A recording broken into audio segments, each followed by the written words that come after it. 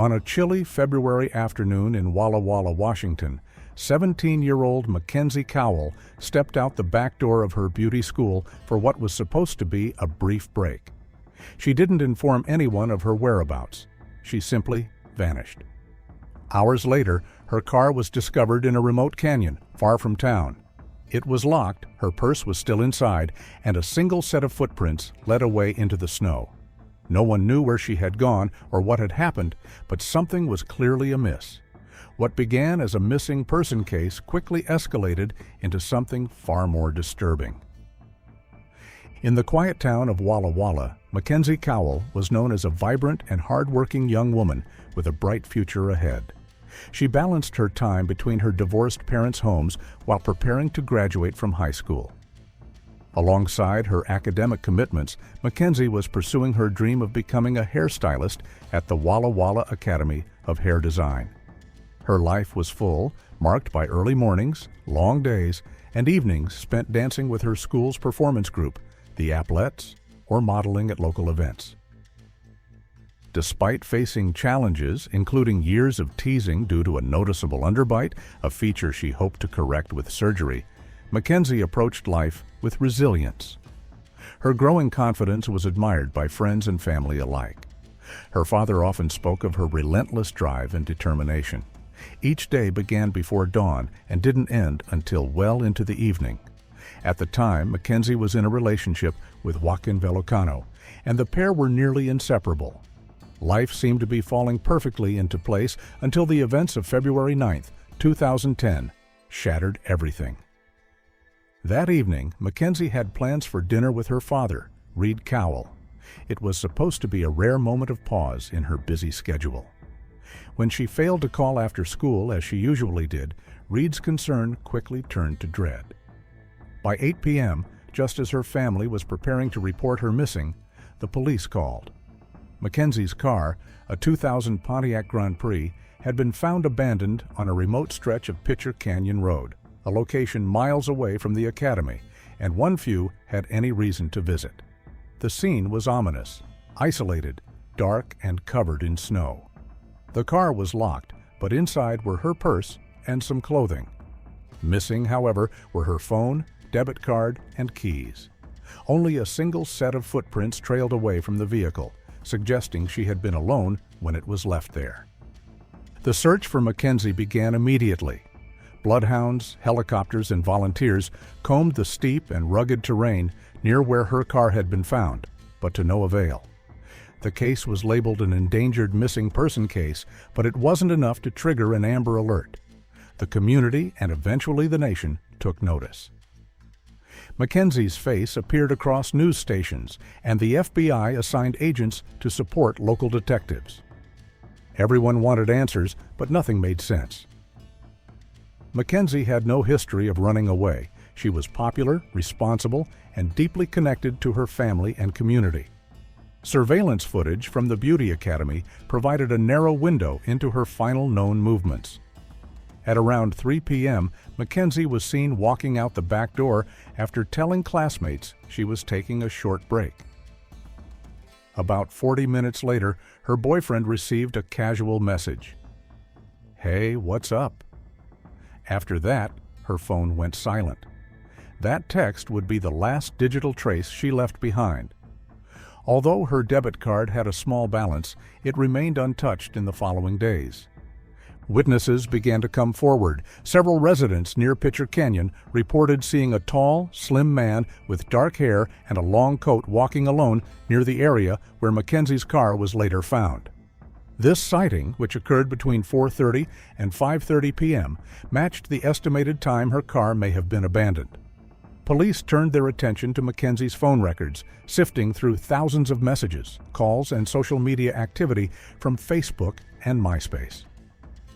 Despite the flood of information, no clear lead emerged. One journalist who followed the case closely noted that suspicion clouded the entire investigation from the start. Detectives never treated it like a runaway case. For 3 days, her family, friends, and investigators held on to hope, distributing flyers, scouring the area where her abandoned car had been found, and following every available lead. but hope soon gave way to heartbreak. On the fourth day, tragedy struck. Along the banks of the Columbia River in Douglas County, search crews discovered a body. The remains were soon confirmed to be Mackenzie's. She was still wearing her beauty school uniform. The scene was haunting, and while authorities kept many details close to the vest, what was known was disturbing. Mackenzie had been beaten, stabbed, and strangled. No drugs or alcohol were found in her system, and while she hadn't been sexually assaulted, an attempt had been made to dismember her post-mortem. Her arm was partially severed, and a serrated knife was lodged in her shoulder. Nearby, duct tape lay discarded in the dirt. Dive teams returned to the river's edge, and the search expanded across Crescent Bar and surrounding counties as they looked for clues. Detectives admitted they had no clear suspects. Mackenzie could have been targeted by someone she knew or by a stranger lurking in the shadows. Her death stunned the community. As word spread through local schools and neighborhoods, more than 1,800 people attended a memorial service to honor the life that had been so brutally cut short. The FBI deepened its involvement, and a dedicated task force was formed to assist in the case. Investigators began their process, as they often do, by looking close to home. Mackenzie's boyfriend and her mother's boyfriend, Joey, were both questioned. While Joey was shaken and reportedly failed a polygraph question about whether he knew who killed Mackenzie, he was ultimately ruled out. He had argued with Mackenzie the day before she vanished, but no evidence tied him to her death. As weeks turned into months, investigators chased lead after lead. One tip came from a woman named Liz Reed, a former drug user turned police informant. She claimed to have seen a video of Mackenzie being murdered, a so-called snuff film, and accused two men, Sam and Emmanuel, of being involved. Liz even handed police a ring she said belonged to Mackenzie, allegedly retrieved from the murder scene. However, no one from Mackenzie's circle recognized the ring, and the story began to fall apart. Liz later withdrew her claims, insisting she had spoken out of fear of being wrongly charged. Despite this setback, investigators pressed forward. They followed over 750 tips and conducted more than 800 interviews. DNA samples were taken from dozens of individuals, but still, nothing led them to the person responsible. Mackenzie's mother remained silent for months, respecting the integrity of the investigation. But as time wore on with no answers, she decided to speak publicly, pleading for anyone with information, no matter how insignificant it seemed, to come forward. Her televised message was raw and desperate. "We were asked not to speak, but the only thing worse than losing your child is not seeing justice." The case took a turn when a new informant came forward. Theo Keyes, writing from prison, provided a name: Christopher Wilson, a former friend of his. Wilson had once violently choked a woman at a party without provocation, only to stop and behave as if nothing had happened. He was 29 years old and had studied at the same cosmetology academy as Mackenzie, living just blocks from the school. Those who knew Christopher described him as quiet, polite, but strange. Digging deeper, investigators learned he had a fascination with death and serial killers, a troubling detail in light of the brutal nature of Mackenzie's murder. With this new name on their radar, detectives began to uncover the answers they had been searching for. The final pieces of the puzzle were beginning to emerge, and Walla Walla would never be the same again. Wilson had worked at local funeral homes, and some classmates recalled chilling comments he had made. One said he boasted about cutting people up while working on bodies. Another remembered him claiming to have strangled someone with a belt during a hotel encounter. Despite these disturbing anecdotes, those close to him defended his character. His mother insisted that being different didn't make her son dangerous, and his best friend described him as kind and generous. Just misunderstood. Chris stood out in more ways than just appearance. He was at the academy on the same day Mackenzie disappeared and exited through the same back door just 2 minutes after her. From there, his whereabouts became unclear. While he exchanged a few texts with his ex-girlfriend, no one could verify where he had been that afternoon. He had no criminal history, and when police questioned him, he denied knowing Mackenzie at all. He even agreed to provide a DNA sample, which would prove to be a critical mistake. DNA recovered from a piece of duct tape found near Mackenzie's body matched Wilson. The remote location where her body was discovered made it highly unlikely this was a mere coincidence. When confronted with the DNA match and asked if he had ever been near that area, Chris denied it entirely. Upon hearing that his DNA had been identified at the scene, he asked for a lawyer, and the interview ended there. Investigators noted the striking parallel between Chris's obsession with Dexter, a character who dismembers his victims, and the post-mortem injuries found on Mackenzie's body. That, along with the DNA match and the suspicious timing of his departure from the school, was enough to make an arrest. After 8 long months of uncertainty, police arrested Christopher Wilson at the apartment beneath a local salon where he lived. Though he had no relationship with Mackenzie beyond attending the same school and had even attended her memorial service to comfort friends, he was now in custody, accused of killing her. As detectives searched his apartment and devices, the case grew darker still. A large, discolored patch of carpet tested positive for Mackenzie's blood, disproving Chris's claim that the stain had come from spilled water. Authorities now knew she had been killed in his home, yet how she got there remained a mystery. Mackenzie's father insisted his daughter would never go anywhere with someone she didn't trust. Did they have more interaction at school than anyone realized? Was she tricked or coerced? No one could say for certain. Then came another shocking development. Police arrested 22-year-old Tessa Maria Skyman, a friend of Chris Wilson, on charges of first-degree rendering criminal assistance and obstructing a public officer. Photos retrieved from Chris's computer showed Tessa posing over the same spot on his apartment floor where Mackenzie's blood had been found. Tessa claimed she didn't know about the stain and was simply being photographed by Chris, but video evidence painted a different picture.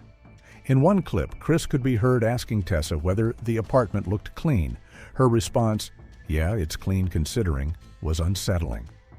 The footage even zoomed in on the exact spots where Mackenzie's blood was later identified. Tessa said the video was related to Chris's move-out and his desire to get his deposit back. While she was arrested and posted bond, Tessa was never formally charged with a crime, and her involvement remains one of the most perplexing elements of the case. Christopher was held on a $1 million bond and pleaded not guilty to the charges.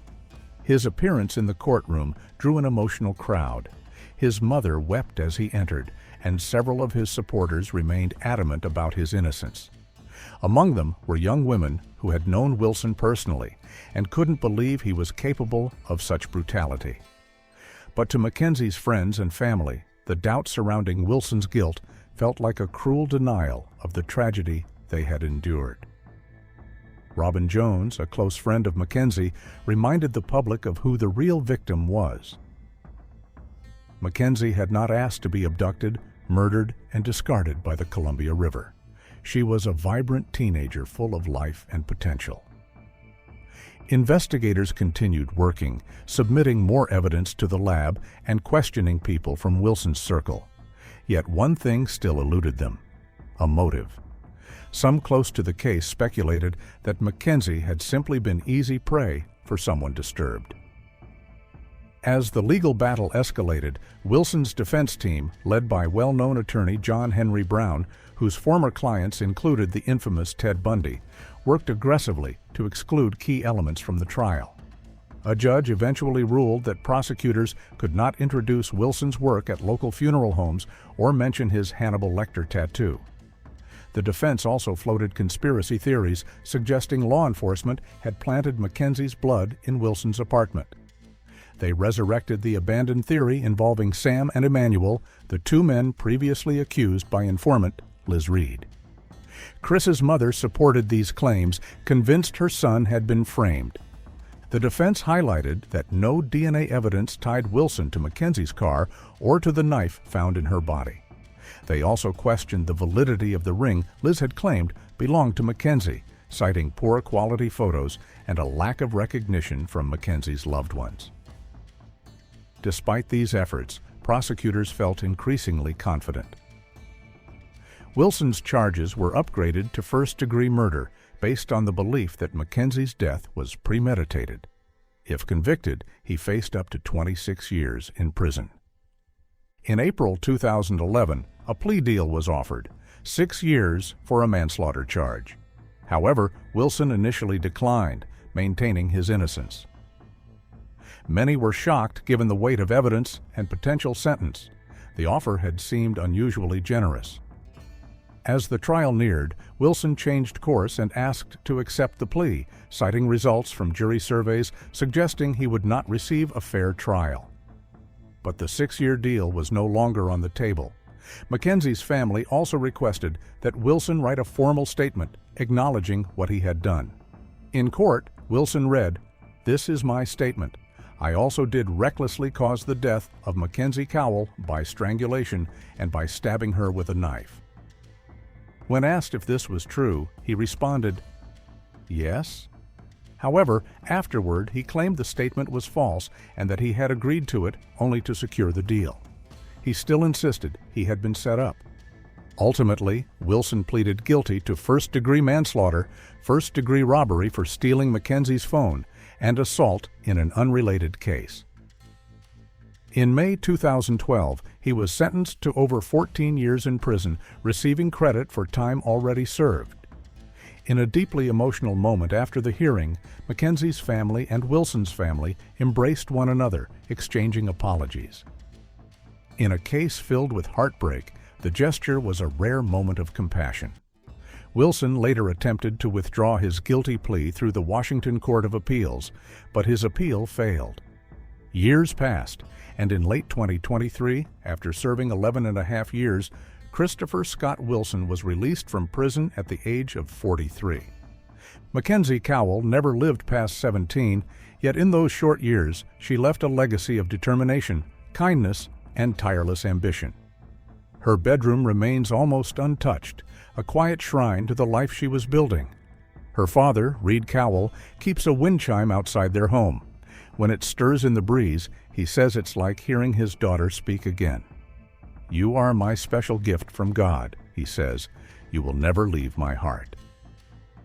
Don't miss out. Subscribe now for more thrilling investigations.